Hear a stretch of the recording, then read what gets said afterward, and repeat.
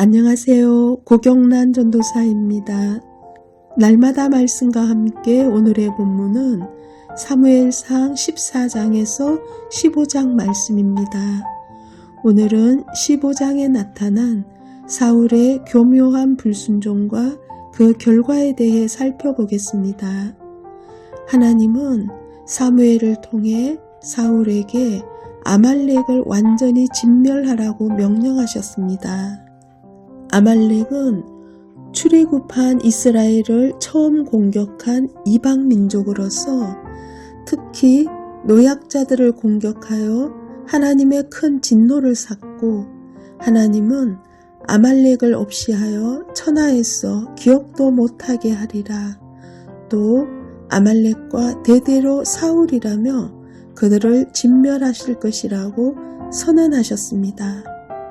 사울은 출애굽 때 이스라엘을 선대했던 갠 사람들을 대피시킨 후 큰 군대를 이끌고 아말렉을 공격한 것까지는 잘 순종했습니다. 그러나 사울은 자기 이익이 관련되자 그 말씀에 완전히 순종하지 않았습니다. 가치 없고 하찮은 것은 모두 죽였지만 아말렉 왕 아각과 여러 좋은 것은 남겨두었던 것입니다. 사울은 하나님의 말씀을 자기 임의대로 판단하여 하나님의 말씀에 온전히 순종하지 못했습니다. 결국 이 문제로 사울 왕은 하나님으로부터 완전히 버림을 받게 됩니다. 혹시 나는 사울처럼 하나님의 말씀을 내 편의대로 이해하고 불순종하여 하나님과의 거리가 멀어져 있지는 않은지 살펴봅시다. 사울은 과거 아말렉을 무찌르고 갈멜에 제단을 쌓았던 모세를 흉내낸 후 자신이 왕으로 등극했던 길갈로 가서 승리를 자축합니다. 사무엘이 사울을 왕으로 세운 것을 후회한다는 하나님의 말씀으로 인해 밤새 기도하는 동안 사울은 승리의 도취에 있었던 것입니다. 사무엘이 방문했을 때도 사울은 자신 있게 내가 여호와의 명령을 행하였다고 말합니다. 물론 사울의 말이 완전히 틀린 것은 아닙니다. 그는 분명 아말렉을 쳤고 많은 아말렉 사람을 진멸했습니다. 문제는 일부를 남겨놓았다는 데 있었습니다. 사실 사울은 한 번도 노골적으로 하나님께 반대하거나 대항하지 않았습니다. 그리고 하나님께서 명령하신 것들을 거의 행했습니다. 문제는 그가 하나님의 말씀을 지키지 않은 것이 아니라 적당히 지켰다는 데 있었습니다. 오늘 나에게도 순종을 가장한 교묘한 불순종이 있다면 즉시 전적인 순종으로 돌아서는 시간이 되기를 바랍니다. 본문에서 3번이나 반복되는 표현이 있는데 바로 여호와의 목소리입니다. 이것은 앞서 14절에서 등장한 양과 소의 소리와 더불어 묘한 대조를 이루고 있습니다. 사울은 제사를 덜먹이면서 이것이 일종의 형식적인 절차상의 문제인 양 유도하며 자신의 정당성을 주장하려 하지만 하나님께서는 이것을 경청의 문제로 간주하고 계십니다. 여호와의 목소리를 들었느냐 듣지 않았느냐가 하나님의 관심사이며 결국 이것은 하나님에 대한 존중의 문제와 연결됩니다. 하나님의 말씀을 경청하지 않은 채 제사 등의 종교의식을 행하는 것은 우상 숭배와 같습니다. 이제 왕은 여호와의 말씀을 들으소서라는 사무엘의 당부에도 불구하고 사울은 또다시 여호와의 목소리를 경청하지 않았습니다. 그리고 그 결과는 하나님께 버려져 왕조가 끊어지는 비극으로 돌아왔습니다.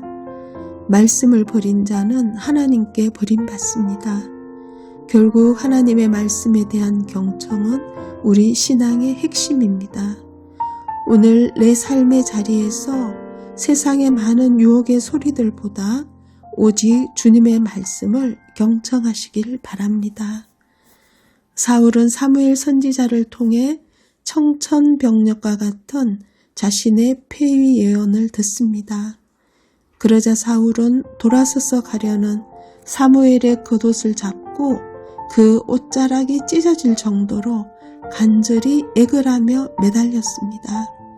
자신이 백성을 두려워하여 그들의 말을 청종하였다는 자백도 했습니다.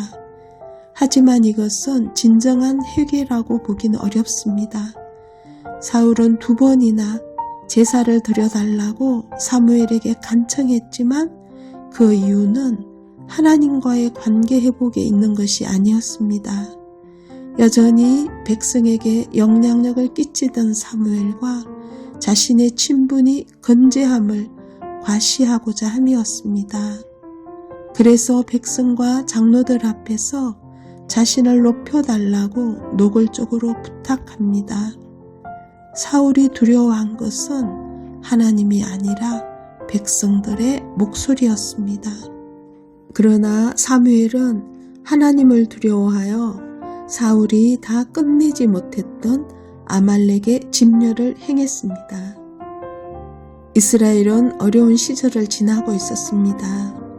자신들이 세운 왕 사울은 비록 많은 승리를 거두었지만 계속 전쟁을 벌였기에 백성들은 안정되지 않은 피곤한 나날을 보내야만 했습니다.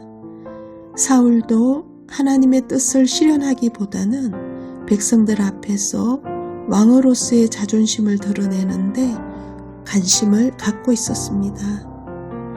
그래서 하나님은 사울을 왕으로 세우신 것을 후회하시고 다른 합당한 사람을 세우기로 작정하셨습니다.